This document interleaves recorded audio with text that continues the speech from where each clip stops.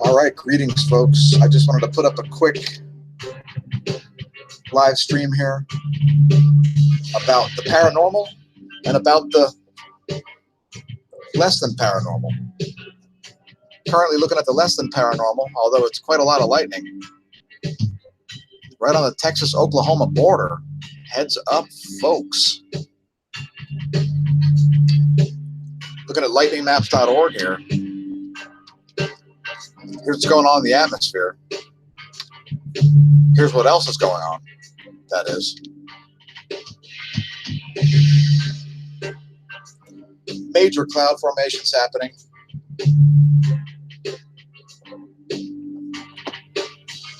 And signs of Hall currents everywhere you look. Hall currents over here. All right, anyway, it's going to be a short live stream. I'll open up the chat in a minute. Probably about 10 minutes long, this one, I would expect. Here's some more weather stuff. Here's what's going on in the water vapor.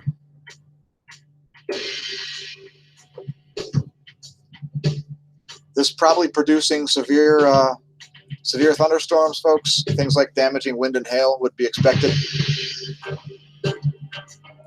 Massive pressure gradients. You've got dry air right next to very, very wet air. So a lot of atmospheric physics going on. And this is hopefully not causing too much destruction, but unfortunately it is standing very still. If you look at this vortex here, you got two main vortices.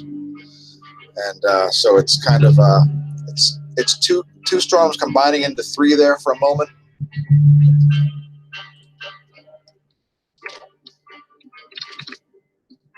Here's the Doppler radar of the region, courtesy AccuWeather.com.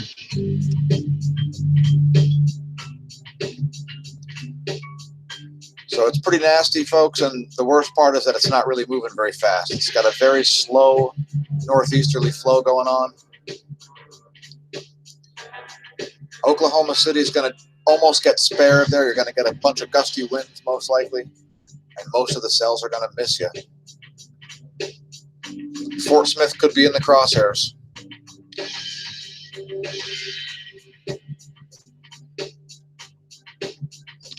All right, so I want to talk about the paranormal.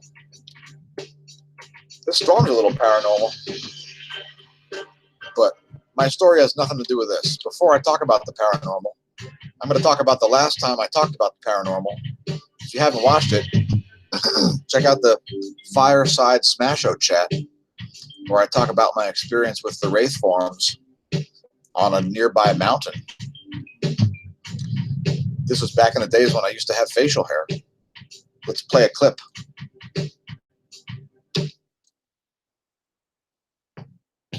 A little later in that same ride, Ron had a bizarre crash where a small twig about the size of your pinky, which was perfectly beveled on the one end, about the size of a golf pencil. Just imagine a golf pencil. Instead of being pointy at the end, it was only like diagonal at the end, right? Stuck right in between his V-brake pad and his rim. He cracked.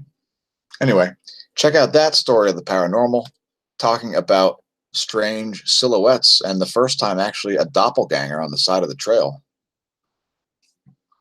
This one's not about that, though. This one is about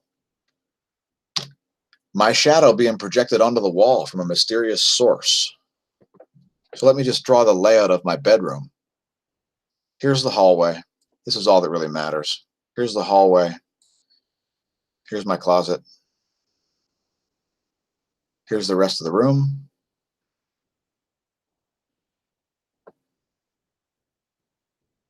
I think that makes enough sense. My bed is about here. And there's a shelf right here. And so here's the story.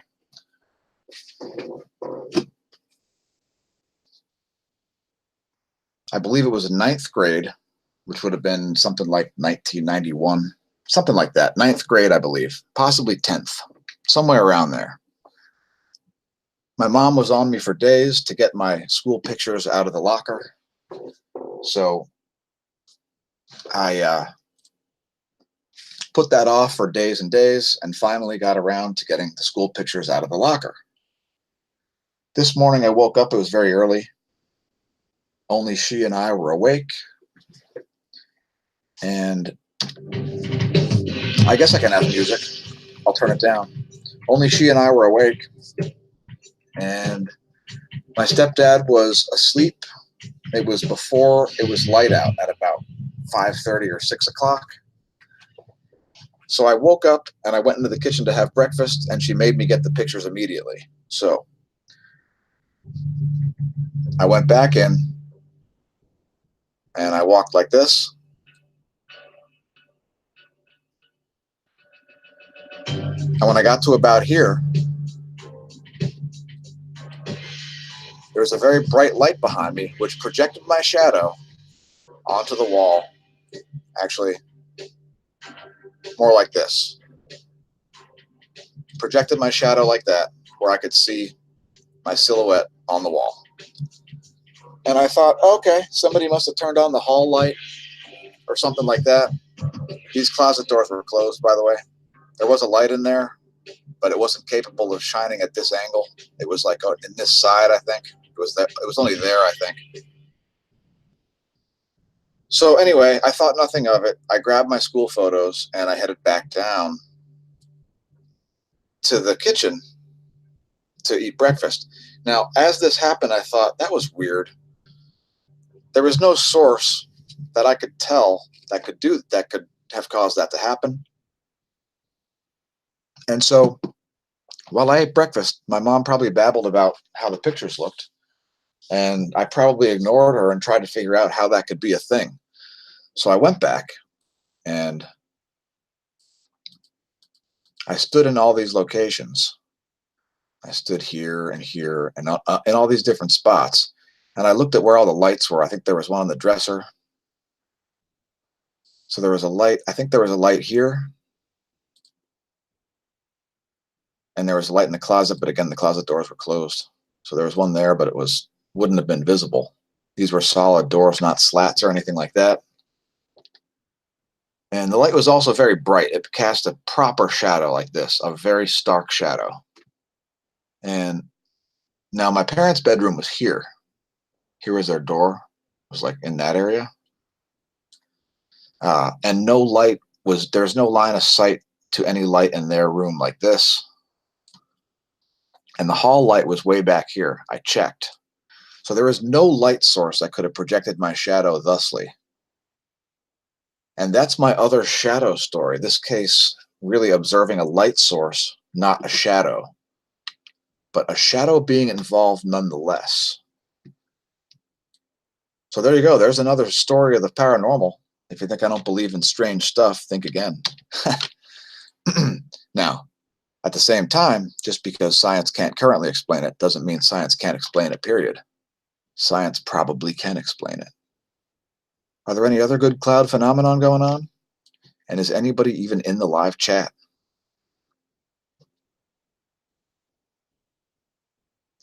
I will attempt to join.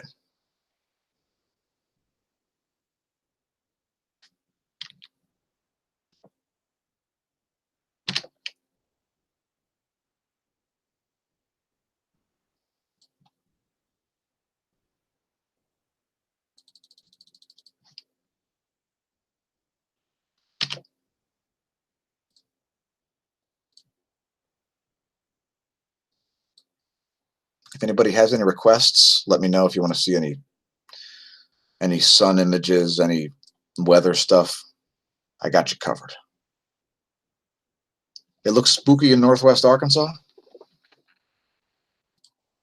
All right. I'll take a look at Northwest Arkansas. We'll remove the fear from the weather, perhaps. Anyway, there's Illinois. We've got two different altitude sets of clouds here, which is why this looks like this, folks. I would note that these clouds here, these are your standard cosmic ray flux style stratocumulus clouds. Those are low clouds. that we typically see in the lower troposphere due to electrical current. Yes, it's true. All right, let's see. Would you say Northwest Arkansas? I think there's some stuff moving in, dude.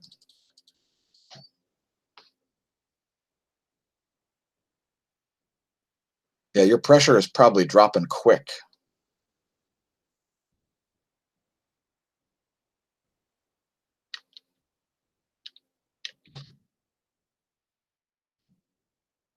Lightningmaps.org gives you a really good idea of where the leading edge of these are, by the way. So we tend to get lightning right at the very front edge, as well as in the most intense region.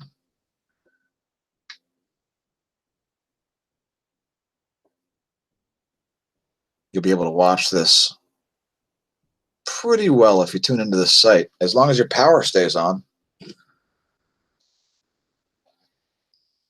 Do you have the mobile web where you're located? I think you'll be fine. This thing is moving very slowly, folks, so it's taken forever to make its way up to the northeast. Let's look at the winds.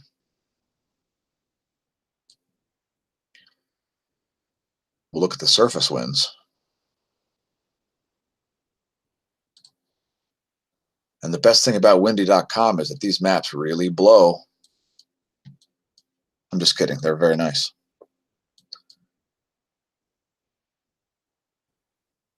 So there you have it. You're going to have an extreme low there, as you can see.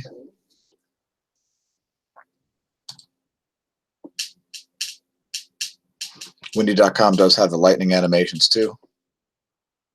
And the mobile app is seriously really good.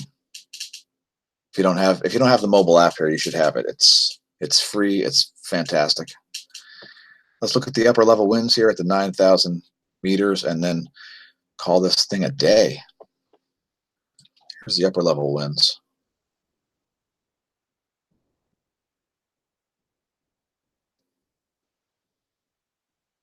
We have basically just a portal in the upper level winds there, a portal. Let us know if you see any chupacabra over there, folks. Shout out to anybody that finds a chupacabra. Please don't shoot them if you can trank them, or maybe photobomb them or something. That would be great. All right, we are calling this thing. Thanks for tuning in. And remember, when you're staring at harsh-ass weather over Texas, don't drink it. If you drink, stare at the harsh-ass weather over Texas, just don't drive.